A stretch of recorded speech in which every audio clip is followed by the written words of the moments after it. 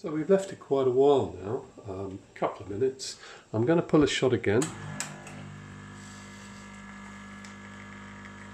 Let's see what we get up to.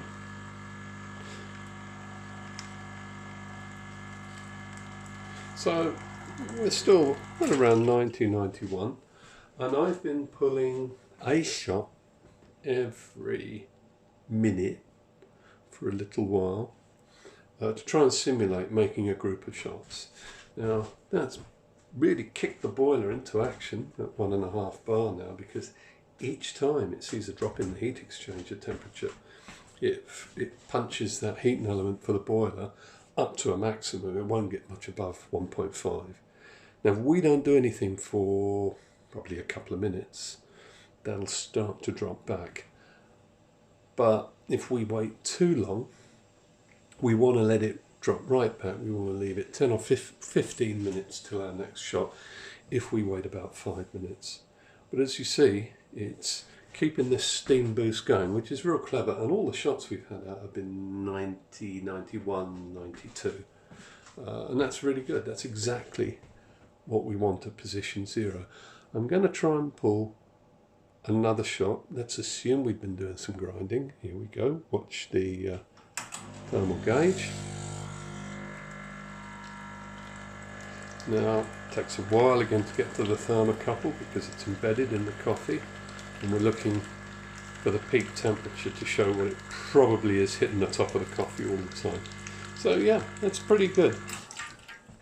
And the reason is, even though that boiler's hot at 1.5 bar, you know, probably 127 degrees, this group was kept at the right temperature for so long. It's very hard to heat that up. It takes about 5 or 10 minutes to heat that up. But as I say, if we went away now and came back 5 minutes later and started to pull shots, then this is going to be too hot.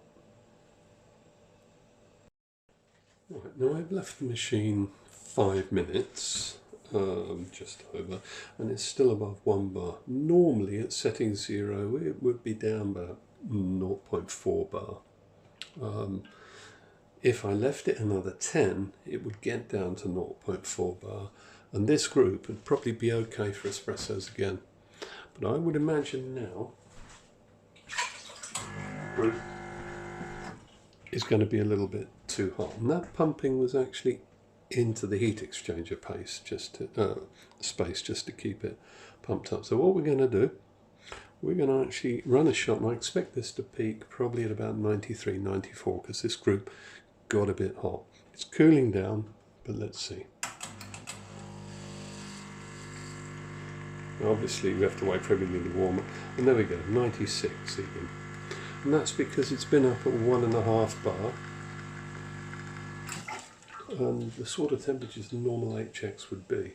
But as you saw before, when we let the machine settle down, the water kept coming out 91, 90, 91, but now it's 96 because we're only 5 minutes after the last series of shots. It's had its steam boost.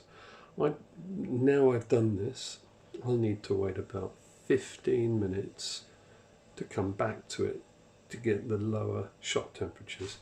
Obviously I could flush it down if I wanted to make a shot. It's in position 0, which is central. I'm going to move it, if I can, to press it to position 1. And what that will do now at position 1 is it will go from 91-ish, 92, no, between 90 and 92, average of 91, to about 93, 94. You can already see the steam is boosting because of the last lot of shots. And that actually boosts a little higher. But if we come back in 15 to 20 minutes, the machine will then produce shots at 93, 94 instead of 91-ish, sometimes 92 as we had before.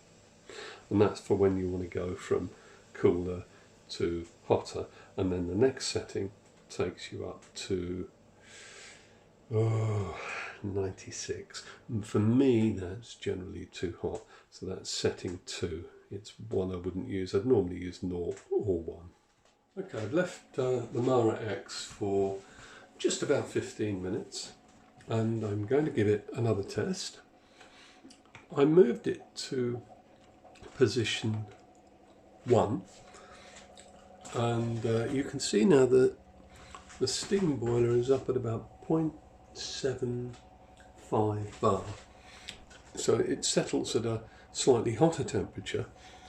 This group has actually been cooling down for that 15 minutes because of the last steam boost. And we're going to see what temperatures we get now. I'd normally leave it about 20-25 minutes, to be honest, but we'll see if it can do it within 15 minutes. I suspect it could be a little bit on the hot side.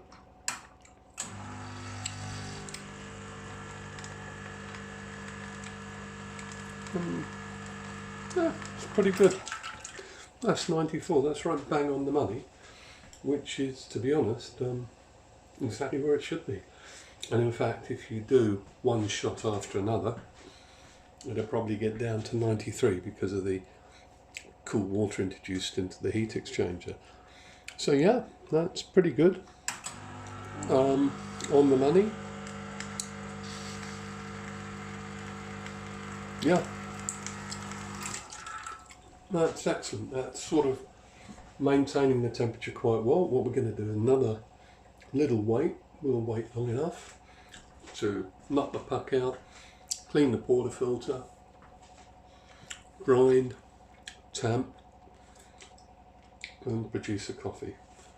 And I'll probably have to edit out the gap.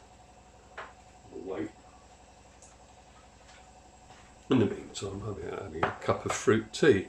I'm tempted to have a coffee, but it's it's the small hours of the morning, because this is the only time I get the time to do this, and the machine's not noisy, so it's not too bad. And fruit tea is an ideal thing to have.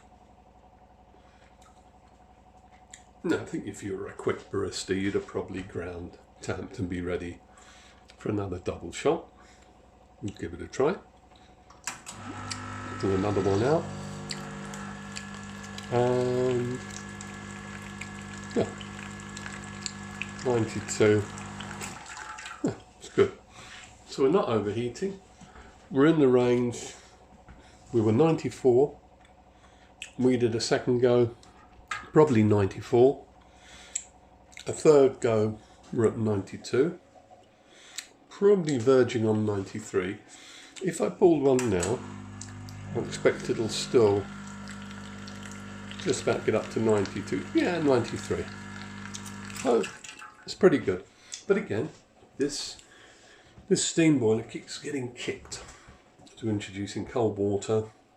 The program's trying to sort things out, and it's going to bump up this steam pressure, and we'll just watch it do that.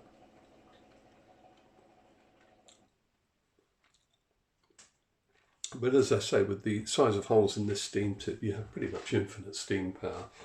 It just doesn't drop that much and can actually go up a bit if the heating element comes on.